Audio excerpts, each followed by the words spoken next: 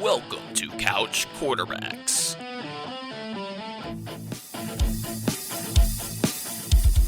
What is going on, everybody, and welcome to the Couch Quarterbacks podcast. I'm Andrew Rochford, and with me is Ben Steinberg. And Stein, we're here to recap a busy and fun week one because football is back. Yeah, week one in the books. And Roach, let me tell you, it feels weird. It is dark outside tonight. We are watching the Monday Night Football right now. Yeah, we got a late film session going on. If you see like flashes of different colored lights going on, like you said, we have the game going on in the background. So we'll be watching that while we film this show, a late night film. Yeah, probably send out some spoilers. That's what, and it kind of brings us back to to back in college when we were doing our radio show. This is around the same time we're doing it, a little bit later, but you get it on a Monday night film session. But like I said, just a jam-packed, exciting week one, officially having football back into the grind of the fantasy season, and some very successul performances for some teams that we'll get into, and some very not successful performances. Yeah, overall, it wasn't a very chalky weekend, I would say.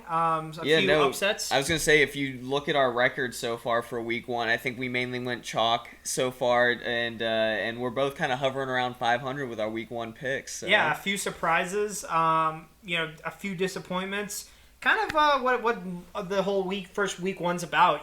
Some teams are surprised, some teams are going to disappoint, and they'll fill out as the year goes on. But I like to call today Overreaction Monday. Oh, there's definitely going to be some overreactions in this episode. That's for sure. It's going to be the week of overreactions as we get up for week two. But let's get into it, Roach, with the first game.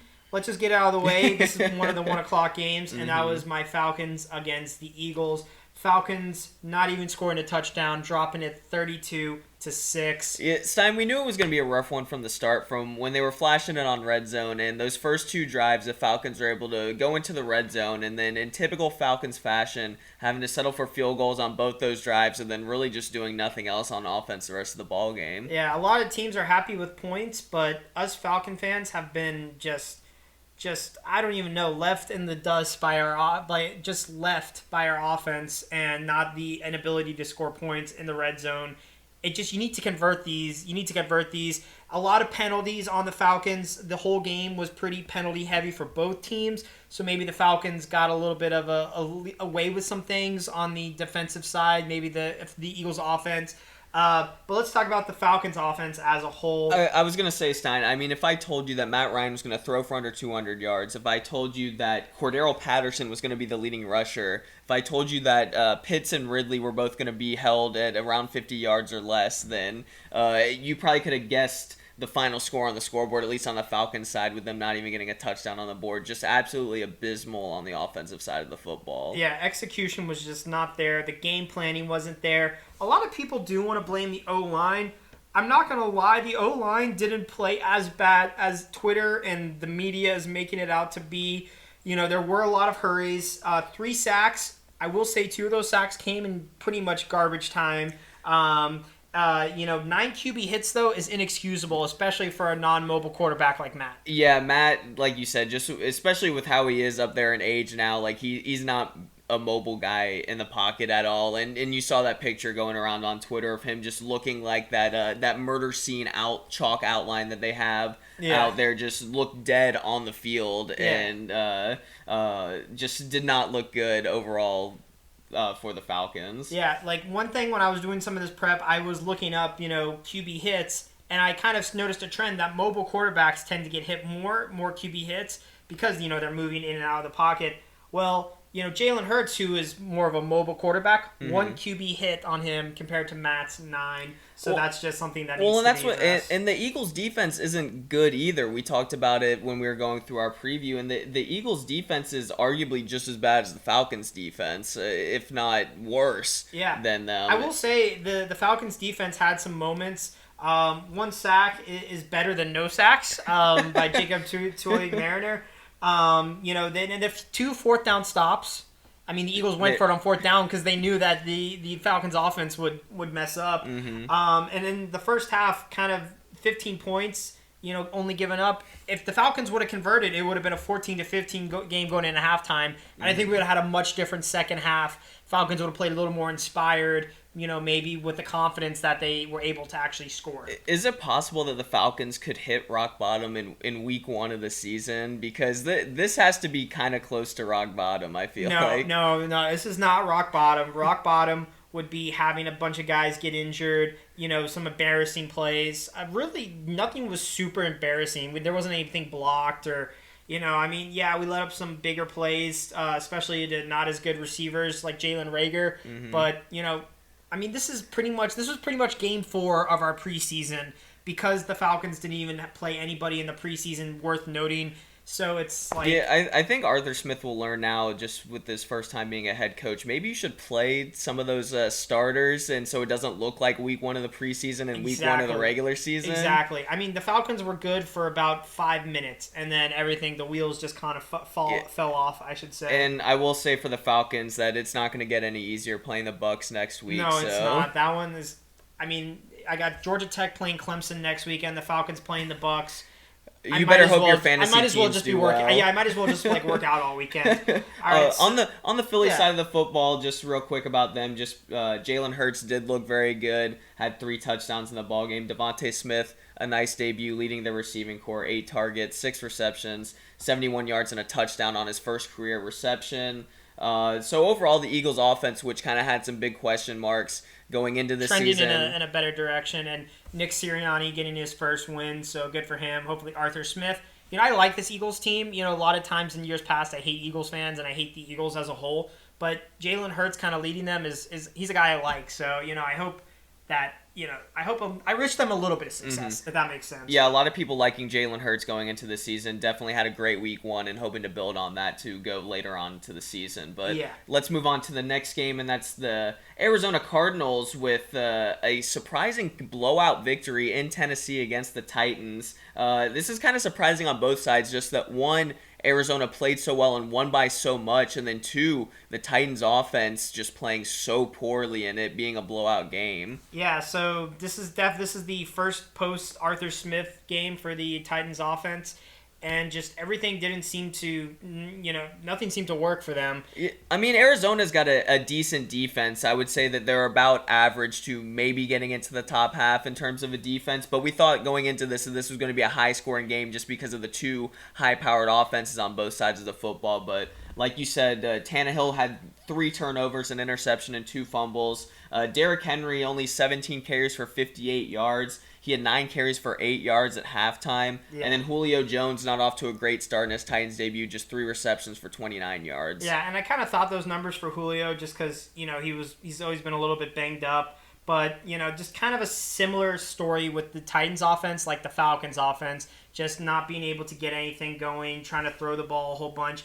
Falcons didn't have any turnovers compared to the Titans, and 2 fumbles lost by Ryan Tannehill and picked up by a guy who had himself probably one of the best opening games we've seen in a while, and that's Chandler Jones on the defensive side of the ball. Yeah, Chandler Jones definitely won the Defensive Player of the Week award with having 5 sacks overall in the game. Just an absolute monster. Yeah, I think he had 1 fumble recovery, and they had another guy have another. Yeah, and then Kyler, probably your offensive player of the week, just with 5 total touchdowns, 4 passing, 1 rushing. Did have 1 interception overall in the ball game, but Kyler definitely looked like the best quarterback out there in week 1, and I think he's going to have an MVP type season. Yeah, I said that last year. Maybe it was a little bit early, but this year could easily be his year, and everything goes the way that it went, for the next few weeks. If this offense can do what they did, and their defense can, kind of stick with them. I still think this, their offense is better than their defense.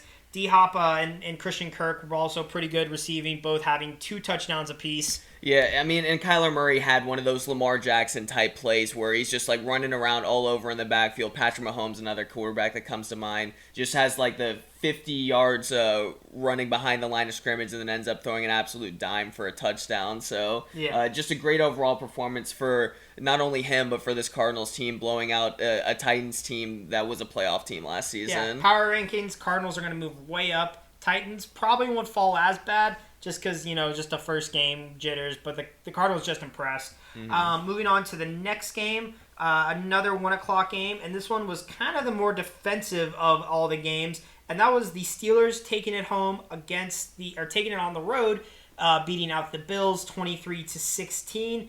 And the name of this one comes down to special teams and defensive play. Yeah, on the Steelers side of the football, I think we kind of downgraded how good their defense was going to be this season. Of course, they had a great defense last season, but losing a big guy in Bud Dupree, they did get Devin Bush back from injury, and this defense just kind of picked up right where they left off last season. Yeah. That big turning point in the ball game coming where they got the punt block and then returned for a touchdown, and that really put it out of reach from this Bills offense, who was kind of meh in this game. Yeah, slow start, I would say, to a Bills offense. Just, kind of trying to hit their stride, but going against a tough defense like the Steelers. And shout out to Ulysses Gilbert III. Awesome name. What a name. All-name team. Who was the guy who blocked the punt. Let's talk about the Steelers offense real quick. Big Ben wasn't very good. I was going to say, there's not much to talk about with their offense. The Bills had over 100 more yards total on the game. I mean, Big Ben had less than 200 passing yards. He didn't turn the ball over, which is definitely a plus. Najee Harris, just 16 carries for 45 yards, averaged 3. And we both kind of predicted that he would struggle early because of their offensive line play. Yeah, their rebuilt offensive line, which is definitely a downgrade from the offensive line that they had last season. But, I mean, the offense did enough just for the defense to shut down, like I said, this high-powered Bills offense from last season. I mean, Josh Allen was okay. Stephon Diggs had a decent game. Cole Beasley, same way. Yeah. So just overall, I think kind of a underwhelming performance from the Bills offense, but you really just got to tip your hat to this Steelers defense. And I think the Steelers aren't going to be as bad as we originally thought that they were when we were talking about them in our preview. Yeah, no, I mean, they did what they needed to do. I think defensively, offense is still going to be their biggest bugaboo, and I think that's going to be their cause of a few losses for them. They could easily get a wild card, coming up, especially with their murderer's row of a division. But, I think their defense is pretty good.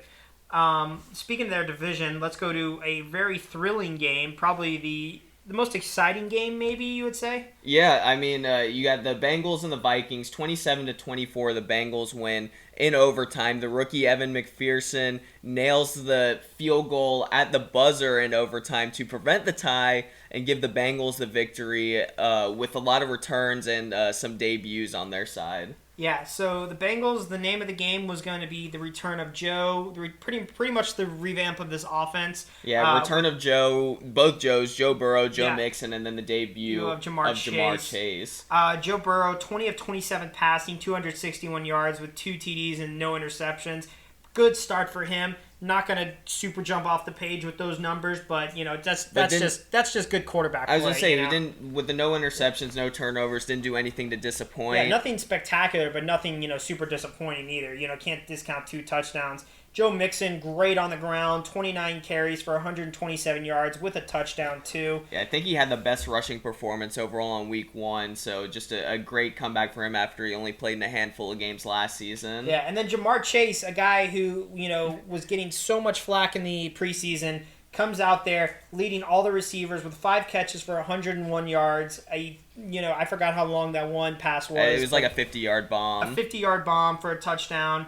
And, combined with T. Higgins, who also had a touchdown. So this receiving core is definitely coming into its own. Yeah, that's what we talked about it in the preview, just how this young Bengals offense that they could, especially getting a couple years down the road as all these guys get more experience, could be a very dangerous offense. And I think we started to see a little bit of some glimpses of that overall in this ball game. Just some great performances by a lot of their star skill position guys. And kind of a weird stat from this game, Stein. This was the first regular season game in NFL history where they had a game-tying score with no time on the clock and then the game-winning score with no time on the clock either. So the Vikings ended up kicking a field goal to force overtime, and then with the Bengals getting one at the end of overtime to prevent the tie. It was the first regular season game in NFL history to end like that. Huh, that was really interesting. And it was a really long, field goal to tie it, I think, at the end of regulation for the Vikings. Yeah, it was a 40-something yarder, and I think the one to win it was also a 40 or 50-something yard field goal. Certainly not gimmies. And the Bengals have still never scored a touchdown in overtime. That is probably one of the craziest stats I saw from all weekend, just the combination of those two from that ball game. Yeah, if you ever want to see two super evenly matched teams, this was kind of like the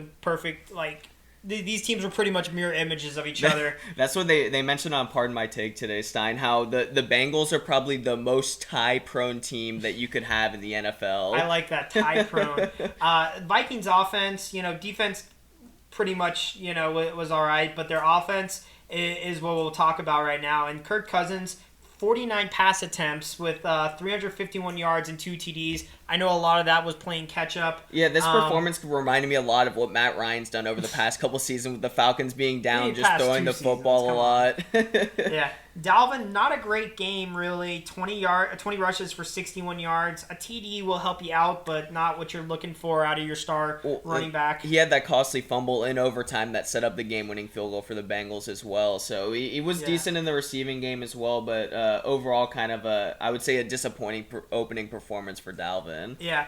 If anyone was really good on the Vikings offense, it was Adam Thielen with 9 for 92 and 2 TDs. Just a PPR, lover's dream. Yeah, he had the double-digit touchdowns last season. A lot of people were expecting regression in that category. Off to a good start this season with getting 2 of them. And then Justin Jefferson, just pedestrian performance, nothing really notable. Yeah, he's like 5 catches, 71 yards overall in the ball game. So a tough loss for the Vikings, but like I said, just the first game of the season, just starting off with the L. Yeah. Another super exciting game, and this one, had no right to be super exciting. I was gonna say it was on the road to being a blowout, and then ended up being one of the more exciting games in the 1 o'clock window, and that's the 49ers and the Lions, who in the barn burner, 41-33, the Niners end up coming away with the victory. Yeah, I don't know what the over-under on this game was, but I hope people pick the over. Because I was going to say, the over definitely hit. Yeah, 74 is pretty ridiculous.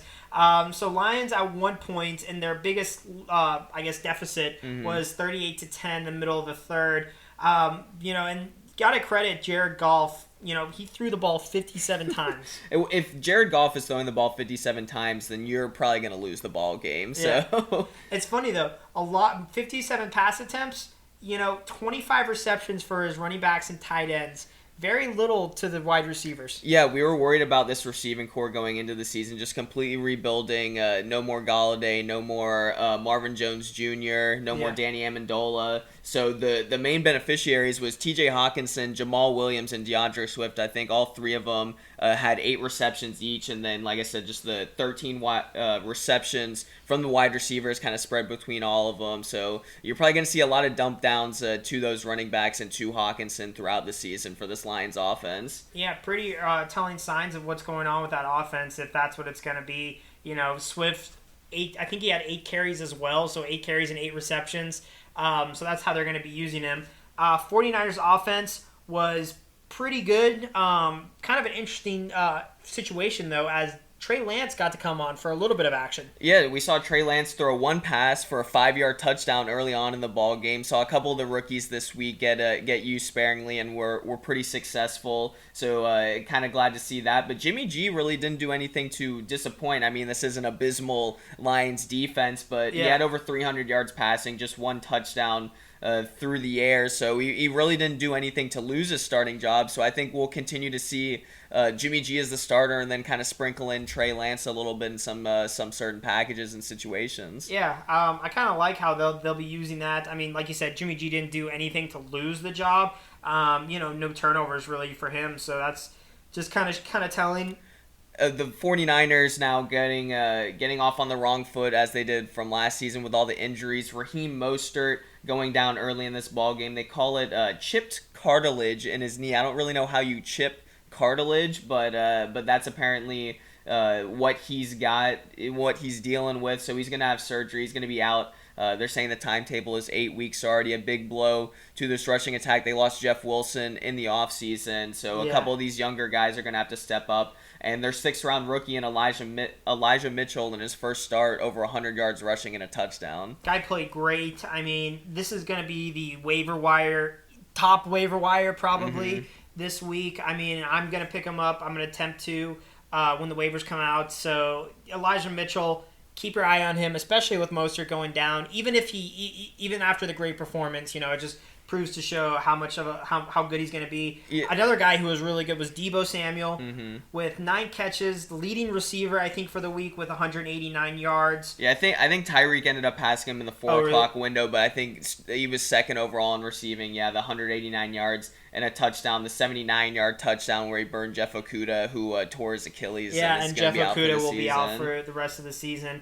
Kittle was 4 catches for 78 yards. He'll get his touchdowns. Don't worry, fantasy holders. Brandon Ayuk though, 0 targets. Yeah, 0 catches, 0 targets. It's hard to get a catch when you have no targets. A big surprise is a lot of people were drafting him as like a flex play or first guy off your bench in fantasy. Yeah. Deebo Samuel was actually a guy going after him, and that was just a huge surprise. Like I said, he was kind of hampered a little bit in training camp with a hamstring injury. I think some stuff came out that he's still kind of, I think Shanahan said, I'm kind of paraphrasing it, learning how to be a pro. Yeah, I did see that. Hopefully we'll see him back out there and at least get a catch and a target in the next ball game for the 49ers. But one last thing I want to mention before we move on, Stein, is Trey Sermon was a surprising inactive week 1 for the 49ers. So he was their 3rd-round pick. Elijah Mitchell, the stud from the game, was their 6th-round pick. So expect him now with the injury to be active, and you'll kind of have that 3-headed monster between Hasty, Sermon, and Mitchell. I mean, Kyle Shanahan will get anyone to run for 100 yards. I guess Sermon is also a waiver wire, potential target. So let's move on to the next game. This one I think wasn't as close as the score seems to think it is. With the Seahawks 28, Colts 16. I think this was all Seahawks, the entire game. I feel like every time they showed highlights of this on Red Zone, it was always them showing a Russell Wilson touchdown throw. As it seems like this offense with a new offensive coordinator and Shane Waldron is going to be just fine. Chris Carson had a good game on the ground. Tyler Lockett had 2 touchdown catches. DK Metcalf had a touchdown catch as well. So just a great overall performance from all the studs on the Seahawks offense, and a great performance from their defense as well. Yeah, I would say pretty much every part of their game looked good. There really was not a lot of negative takeaways for the Seahawks team that looked really strong against a great Colts defense. There was news though that Rashad Penny could be out for a significant time as he went down with an injury. That he was injured.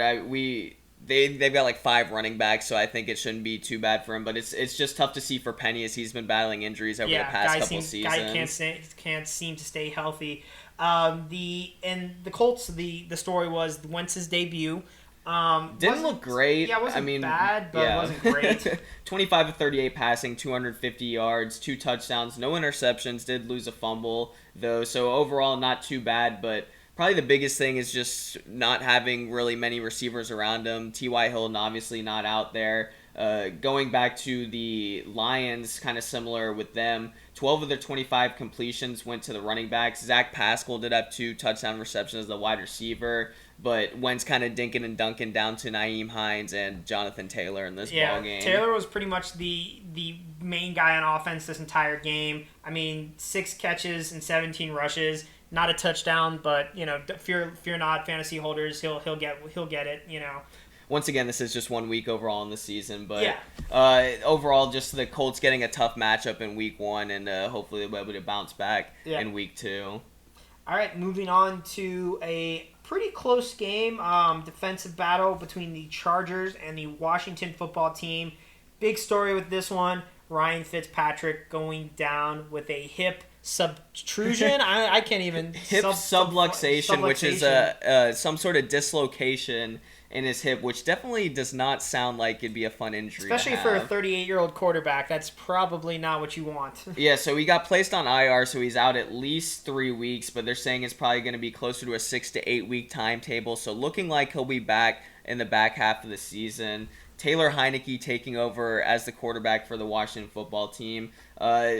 Wasn't great, didn't really do much in the ball game, just 11 of 15 passing, 122 yards and a touchdown. They did announce that he's going to be the week 2 starter. They're playing on Thursday night against the Giants this upcoming week. He's going to be the week 2 starter. Kyle Allen bumps from the QB3 to the QB2. And then they signed Kyle Shermer, formerly of the Chiefs, to the practice squad. So all the rumblings from ESPN that I heard earlier today about Cam Newton reuniting with Ron Rivera, I think those kind of got put to rest when they already signed a third-string quarterback. Yeah, and, so it'll be interesting as they have the short week, the turnaround for the Thursday night game with Taylor Heineke, kind of taking the reins. And we know what he did.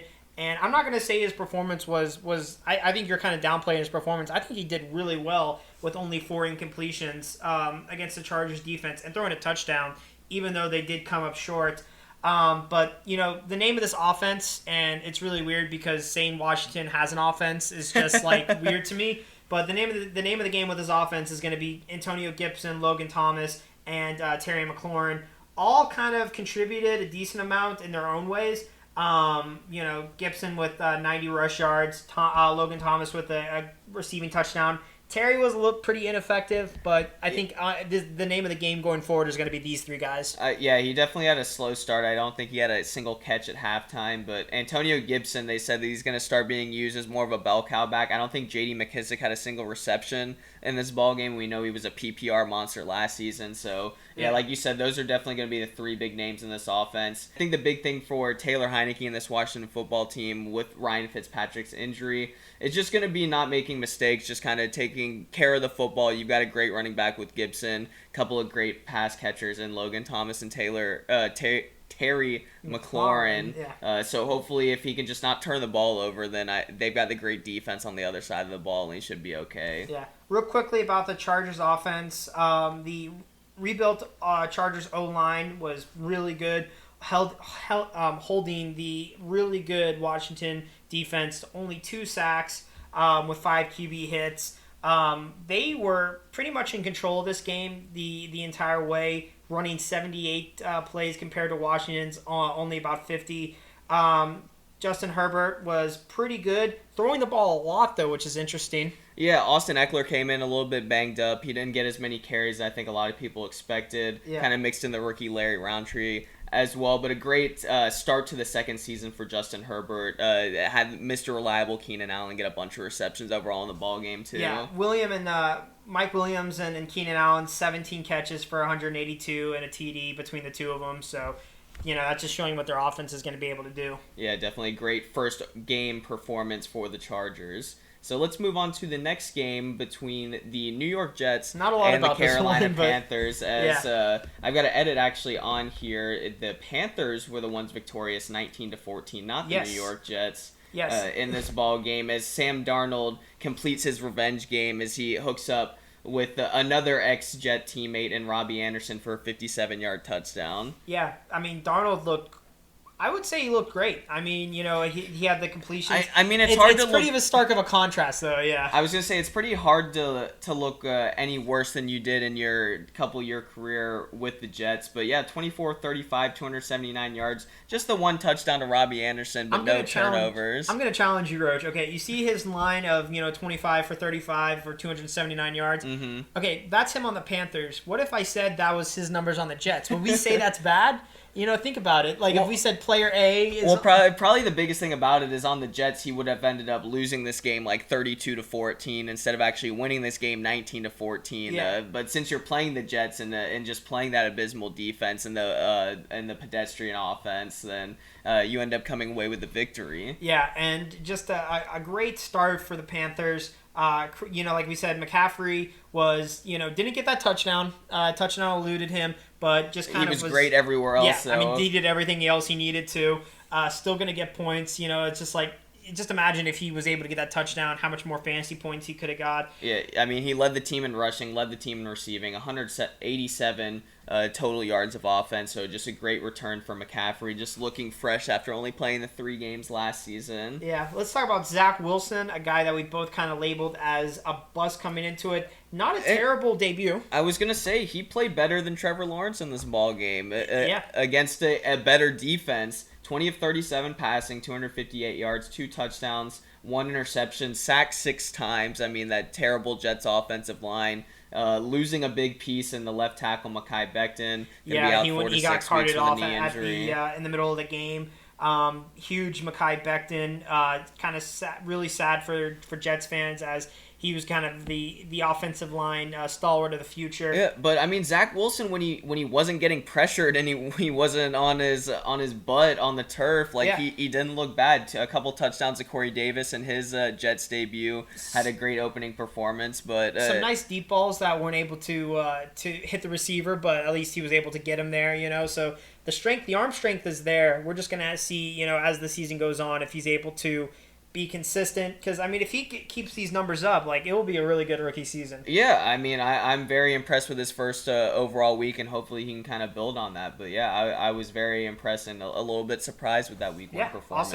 Even though they lost the game. Yeah, color me surprised. And Robert Saleh, I really like Saleh, and I'm glad that he can hopefully turn this Jets team around for a team that's had such bad luck and is so snake bitten. Speaking of bad luck and snake bitten, a great segue into our next game, which probably is the number 2 or 3 most surprising game for me. Yes, the Texans might get their only win of the season in week 1, a 37-21 blowout. I rescind my 0-17 comments of the Jacksonville Jaguars. As we mentioned it talking about Zach Wilson, Trevor Lawrence just if you look at just his stats and look at the box score, it doesn't look awful, but he was awful in this ball game. Stein, 3 interceptions. He gets his first loss since going back to his middle school days, probably in the regular season. Yeah, they said that on the broadcast that he's never lost in the regular season in his football career as a starter. So getting his first loss, getting that taste of defeat, and not a lot of hype really around his debut. I will say it was kind of a very quiet, debut, and 3 touchdowns, 3 interceptions. 2 of those touchdowns came kind of late when the ball game was already decided. Garbage time touchdowns. Also interesting on offense, the way that they were doing things. Carlos Hyde gets more touches than James Robinson, one of their best weapons last year, which is really interesting to me. Yeah, that's what we thought, that Robinson was going to split time with Travis Etienne. Travis Etienne gets injured, so James Robinson will go back to his kind of bell cow role that he had in his rookie season. But he gets out-touched by Urban Meyer's buddy, Carlos Hyde, who, of course, was on that Ohio State team back when he was coaching there, I believe. Oh, speaking of Urban Meyer, I just want to plug this real quickly. I'm already hearing rumblings of Urban Meyer wanting to go to USC. Todd Helton was fired by USC today. Clay Helton, not the Rockies' first baseman. Wow, my mind's on baseball tonight. A long day at school for Stein. Yeah. So Clay Helton gets the boot at USC. Urban Meyer, if things don't go well, he might have opened his golden parachute for the 4th time and head to LA. Yeah, when the Jaguars are 2-7 at the midway point of this season, I'll call it by the way they started, that could be potential against a very, very bad team that we've been talking about all offseason in the Texans, who actually weren't bad. Yeah, I mean, turn back the clock with some of these names that we'll bring up that scored touchdowns. Is all 3 of these running backs in this true running back by committee scored touchdowns, with Mark Ingram, Philip Lindsay, and David Johnson. And then Danny Amendola, a guy that I didn't even realize was on the Texans, apparently signed with the team last week. Yeah. He ends up getting a touchdown in the ball game. Mark Ingram, 26 carries in the ball game. Is he back to his Saints days back in the mid-2010s? A guy who was a healthy scratch last year, for the Ravens, the Ravens, going into the playoffs, just coming out and 26 carries for 85 yards. I don't know what the average on that is. It's not great, but that's just showing that he's going to ground and they're going to ground and pound on offense. I would say, it's just over 3 yards a carry, and then Tyrod Taylor, almost 300 yards passing, had 2 touchdowns through the air. A guy that's just kind of known as being a quarterback for bad teams and being just a bridge quarterback. You saw it with the Browns with Baker Mayfield. You saw it last season, getting stabbed in the lungs. And leads to Justin Herbert's great rookie season. So just a nice kind of performance for him. We've always liked Tyrod, and we hope that he can succeed on this bad Texans team. And then they really surprised. I mean, could we see what basically happened last year with the Texans win the first game and then go 0-? I was just, did they already hit the over with winning this first game of the season? They hit the over for their season-long win total. Potentially. And I really think the Jaguars, definitely trending in the wrong direction after a game like this. I'm sure there's going to be some questions about Urban Meyer's coaching, especially with the fact that Robinson's not getting enough carries. They're passing it too much, and they just didn't look prepared in this game. Yeah, I was gonna say, and this is obviously not a good Houston Texans defense. So just a rough start for the Jaguars, and a great win for the Texans. From two really bad teams to two really good teams. Probably America's game of the week. With the Browns barely missing out against the Chiefs. Chiefs take it at home, 33-29, and this was all Browns until the fourth quarter. Yeah, this game did not disappoint, as like you said, Stein, just a rematch from last year's divisional round in the AFC, and just a great overall performance from both teams. The Browns winning the majority of this ball game. The Chiefs, apparently, they said it during the broadcast, had some sort of streak of at least having the lead in like 50 consecutive ball games, probably Patrick Mahomes' entire career. And the big turning point was when the Browns were up 29-20, 10 minutes to go in the ball game. Yeah. The Chiefs get that one play, 75-yard touchdown, Patrick Mahomes to Tyreek Hill. We've seen it I don't know how many times throughout their careers. Then you have the Jamie Gillum bobbles the snap on the Browns' next possession. The Chiefs end up taking over inside the red zone. Then they get the touchdown to go ahead in the ball game with 7 minutes to go, and then they don't relinquish that lead. Yeah, and that was a really weird bobbled punt. We were both watching that live on Red Zone because it looked like he almost had a chance to punt it away again, but just kind of decided to play it safe and fall on it. It's kind of like one of those things that the punters, they're so robotic in terms of it's just like, all right, catch the ball, like kick the ball, and then go back to the bench and just wait for the next time you have to do it. As soon as something goes wrong, it's like, oh, what the hell do we do? You have a malfunction in the system, and it just goes absolutely haywire. Error. And the funny thing was he hadn't punted all day until that fourth quarter, because that's how good this Browns offense looked as well. Browns looked great on offense, especially running the ball. It looked like every single person was getting involved on that offense. Yeah, you had the 2 rushing touchdowns from Nick Chubb, had one from Kareem Hunt as well, and then Jarvis Landry getting a rushing touchdown as well, and a little bit of a gadget play. On the Chiefs side of the football, of course, it's going to be all passing touchdowns. Patrick Mahomes he had 4 total touchdowns. One of them was rushing, though. Tyreek Hill, we mentioned the 75-yard touchdown. Overall, 11 catches, 197 yards. He was wide receiver 1, my bad. Yeah, and then Travis Kelce, 6 catches, 76 yards, and 2 touchdowns. So just the usual suspects in this ball game when you talk about Chubb, Kareem Hunt, and Patrick Mahomes, Kelce, Tyreek Hill, all those guys. I mean, a disappointing loss, I would say, if you're a Browns fan, just because you were ahead for pretty much the whole ball game, but overall being able to hang with this Chiefs team that you might see once again in the playoffs. You definitely think these two teams have a very good chance at meeting again in a game that's going to mean a lot. And whether it's in Cleveland or in Arrowhead, this game is going to be a grudge match, and this is going to be a good rivalry probably for the next 2 to 3 years. I was going to say that game was in Kansas City as well. Both games, they've gone on the road to Kansas City and played some tough ball games against the Chiefs. So overall, I would say disappointing, but still a lot of positives to take away if you're the Browns from this ball game. Yeah. Moving on to another 4 o'clock game was the Dolphins at the Patriots. Dolphins taking this one. The battle of the Alabama quarterbacks going to go to Tua, and a very close 17-16 matchup. Kind of an ugly game just all around. Yeah, I mean, it was a good game just in the fact that you have a 17-16 ball game, but it was just kind of a forgettable ball game. Mack in his debut, 29-39, 281 yards, 1 touchdown. Tua, 16 of 27, 202 yards, 1 touchdown, 1 pick to start out his sophomore season. Jalen Waddle, nice in his debut, caught a touchdown, 4 catches, 61 yards.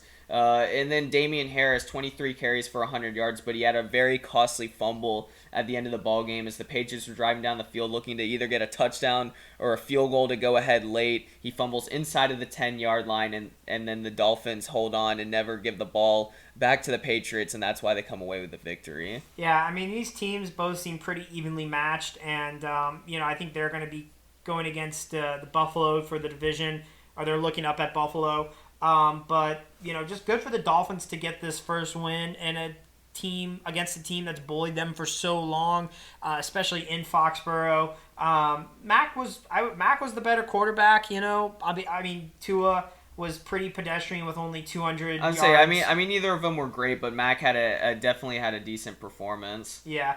I'm like we said, not a lot to say about this game. Brian Flores did beat his. Yes. We did talk about Belichick the teacher and Bill Belichick not being able to beat Belichick, but finally it happens. And Dolphins starting out in the win column, so good for them as they move forward. Moving to the shocker, I would say probably my number one shocker of all the games, and that is the Packers scoring not a touchdown but only a field goal, and the Saints just blowing the doors off the Packers. Yeah, I think the more probable outcome, if you just said the final score for 38-3, would be the Packers beating the Saints 38-3. But just surprising that the Saints just kicked the snot out of the Packers, and then two, the Packers offense just looking absolutely lost out there. We mentioned all the different pieces lost from the Saints defense, and they just absolutely stymied Aaron Rodgers and the Packers. Yeah, I mean, the tale of this game was just, I don't know if this was the Saints being really good or the Packers being really bad, because Aaron Rodgers was making throws that he's never tried to make before, and he's throwing interceptions after interceptions. 2 interceptions in the game. On back-to-back drives. Yeah, on back-to-back drives. From last year's 5 interceptions, he's already almost reached half of that. So it just, maybe this is what happens when you don't practice in the offseason. Yeah, there are all sorts of memes about him going back to Jeopardy, and he'll be back at Jeopardy halfway through the season. Also, jokes on the longest yard of him being like Paul Crew, getting paid basically to lose this ball game and try and force a trade out of Green Bay. Everyone was looking at him on the bench, the body language similar to Paul Crew of just like, I don't really feel like it. I mean, but even not Aaron was struggling. I mean, Aaron Jones, 5 carries for 9 yards. A lot of people using, first pick on him. I don't know if you have Devontae's numbers, but probably he was 5 catches, 56 yards, I think. So overall, he wasn't efficient. Not worth your first. They pulled their starters in the fourth quarter of the game. Jordan Love was in there, and then he fumbled on one of the final plays of the ball game. So just kind of the cherry on top of the cake for this Packers team that just did not look good. Yeah. And on the other side, most disappointing team of the week. Definitely. I'm going to make that a trademark. Ben's most disappointing team of the week is going to be the Packers, just because of Aaron Rodgers' body language. Hey, well, it's a good thing I put them in the thumbnail as a team whose arrow is very much pointing down right now. I love it. But you were saying on the other side of the ball, famous Jameis, looking ridiculous. I mean, super efficient in this ballgame. He had 14 completions, 5 touchdowns, only threw for 150 yards passing. So this is like the most Jameis stat line, because next game he could easily have 5 picks. Yeah. Yeah, I mean, like I said, just Jameis super efficient in this ballgame. Alvin Kamara was decent, really didn't have to do much. And I think the Saints, kind of like the Steelers, aren't gonna be as bad as maybe we thought that they were gonna be going into this season. And as the Packers, I mean, we said they've got the great offense that just didn't show up in this game. A decent defense as well, and Jameis able to really carve up this Packers defense. To roast them with some no names on the offense. Now you think about it though, last year the Bucs lost to the Saints 38-3, and the Bucs went on to win the Super Bowl. So maybe this could be Green Bay's one get right game that they need to. They needed to know what their flaws were. If there's a week to have a bad game, it's definitely going to be week 1. So you can just get it out of the way early on the season. Everyone will forget about it by the end of the season, especially if you end up making the playoffs. This is how the championship video starts, talking about the terrible performance in week 1. Hey, think about it. You got your 17-game season now, so this was the extra game that they pretty much just threw out the window. Now they're getting into the 16-game season. That was week 4 of the preseason right there, Stein. Yeah. But also, before we move on, I just want to say that I still think I want to pump the brakes a little bit on the Saints being as good as people think they could be. I want to give this to Sean Payton and kind of the game plan. I think he just outcoached. I mean, because Jameis was weirdly efficient, it's not like Jameis killed them. I think it was just the plays that killed the Packers. Well, like I said, and we talked about how he's been thrown to nobodies. I mean, Jawan Johnson, a guy that was a wide receiver in college, had 2 touchdowns on the day. Deontay Harris, mainly a special teams guy, blew past the Packers defense for a long touchdown. So, just looking at as a whole, Alvin Kamara had a touchdown on like a little shovel pass for Jameis. That one of those that counts as a pass. Overall on the stat sheet. So yeah, definitely not a overreaction in terms of the Saints. Oh, they're going back and going to be they're not contending for that NFC championship. The Bucs, in the NFC South. Another 4:00 game. This one was a little bit of a snooze fest at some points, I would say, just because of the Giants' offense. We talked about it in the preview going into this week, how this was going to be the worst team or the worst matchup in this 4:00 window. Yeah. And man, did it not disappoint in that regard. Is the Broncos end up getting the victory, 27-13. Teddy was decent in his debut with the Broncos, 28-36. Yeah, great completion percentage. And 2 touchdowns. Teddy did what he needed to do, honestly. Yeah, rushing the football, Javonte Williams outtouched Melvin Gordon 15-14. Melvin Gordon did have a 70-yard touchdown run late in the ball game. Jerry Jeudy led the team 6 receptions, 72 yards, but suffered a high ankle sprain in the second half of this ball game. They give him a 4 to 6 week timetable, maybe 6 to 8 weeks, so that ankle sprains are always tough to come back from. Yeah, really tough to see Jerry Jeudy go down, especially with the loss of Sutton last year. It's kind of like they can't have both guys at the same time out there, so that really sucks. But Broncos were able to get it done. I mean, they beat the Giants on all parts of the ball. I don't think neither of us think the Broncos are that good. But I think this might be a case of the Giants just being that bad. Yeah, it was so frustrating watching them. And we mentioned it when we were watching Red Zone. It's like every time they show this game, the Broncos have the football. Yeah. And it's because the Giants, every time they have the football, they just don't do anything with it. Yeah. I mean, Daniel Jones just absolutely awful. I mean, if anyone had any sort of hope in Daniel Jones going into the season, you may as well throw it out of the window. Just has been a very troubling career for him in the Giants uniform. He had another lost fumble in this ball game. I mean, Saquon looked bad. Yeah, what you got? I was going to say, imagine if they give up on Daniel Jones and they take a guy like Sam Howell, who I think is pretty comparable to Daniel Jones. Just rinse and repeat in terms of having a quarterback like that. Yeah. I mean, Duke, UNC quarterbacks. They haven't been working out so well, right now.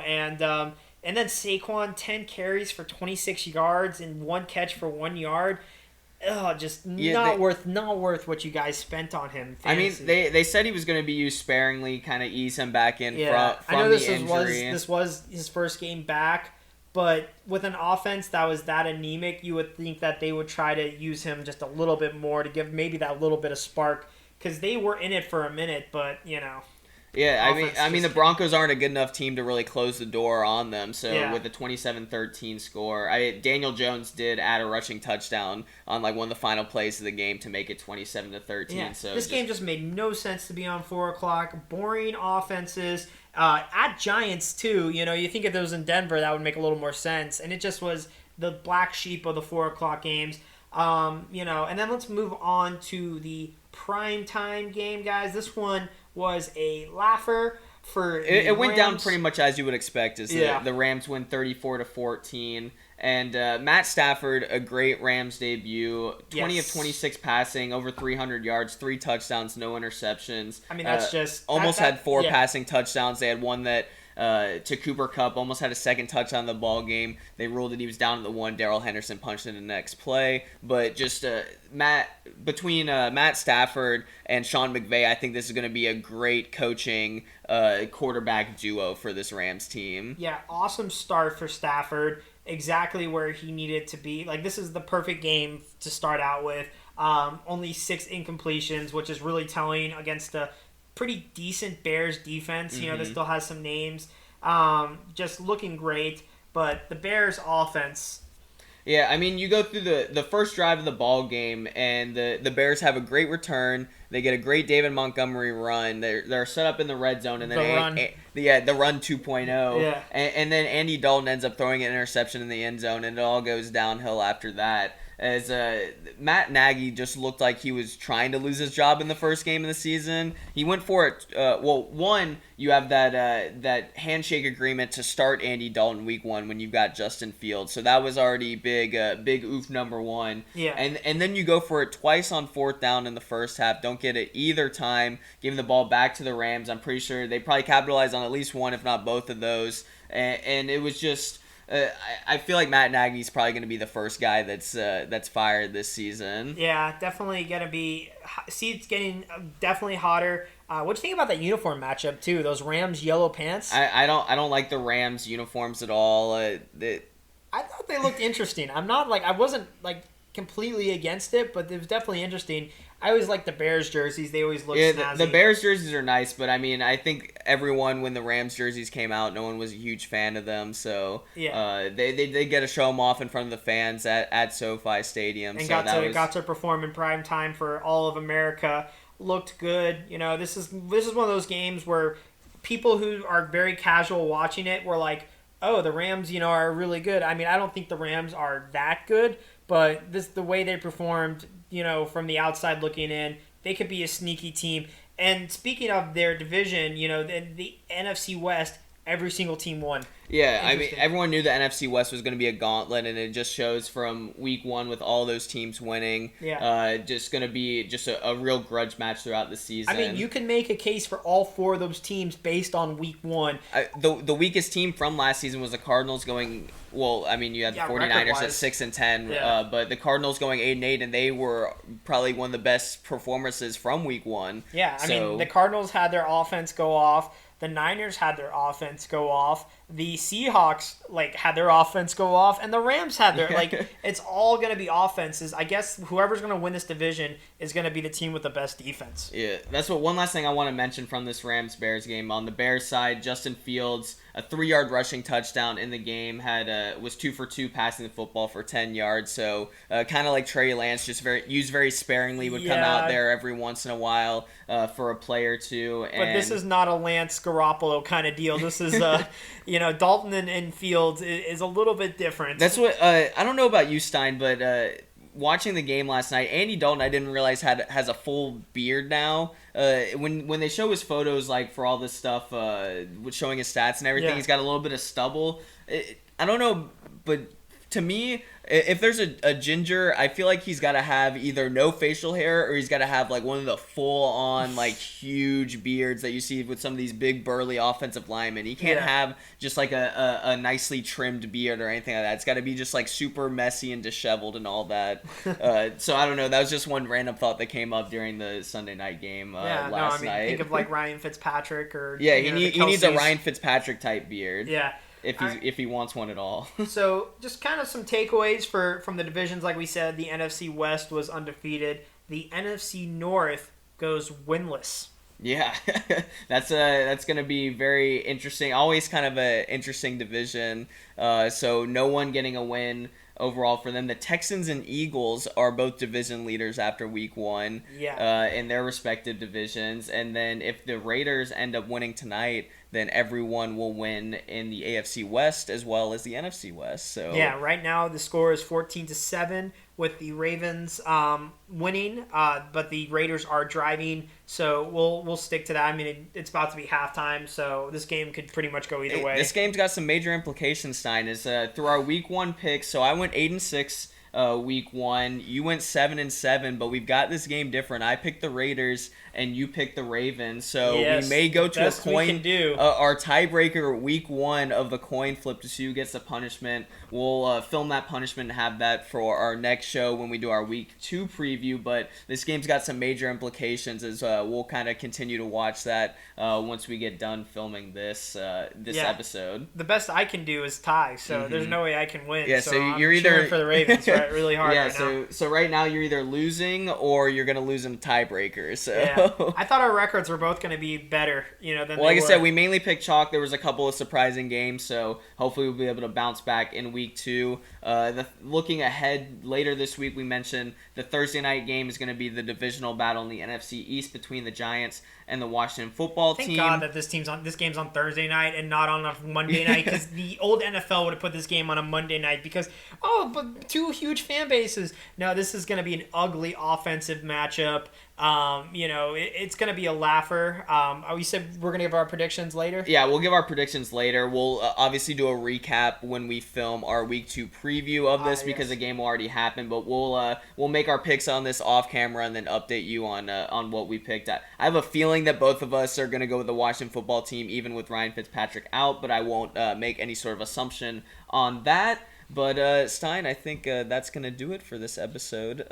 Be sure to like and subscribe to the YouTube channel. Follow us on Instagram at the Couch Quarterbacks, and we'll look forward to our Week 2 preview coming out later this week. Yeah, it was a nice night show, guys. I like having it. Felt good tonight, and hopefully we'll have some more content for you guys coming up, and some really good content for you guys as we just started the season, so we got a whole season to get ready for this next couple month grind as we keep going and dive deeper into this 17 game season. But thank you guys for tuning in. I'm Andrew Rochford. That's Ben Steinberg. We will see you on the flip side. Deuces.